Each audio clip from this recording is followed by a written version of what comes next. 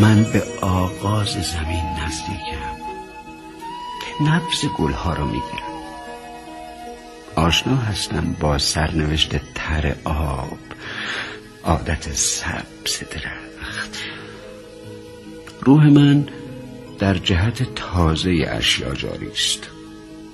روح من کمسال است. روح من گاهی از شوق سرفه‌اش میگیرد. روح من بیکار است. قطره‌های باران را، درز آجرها را میشمارد.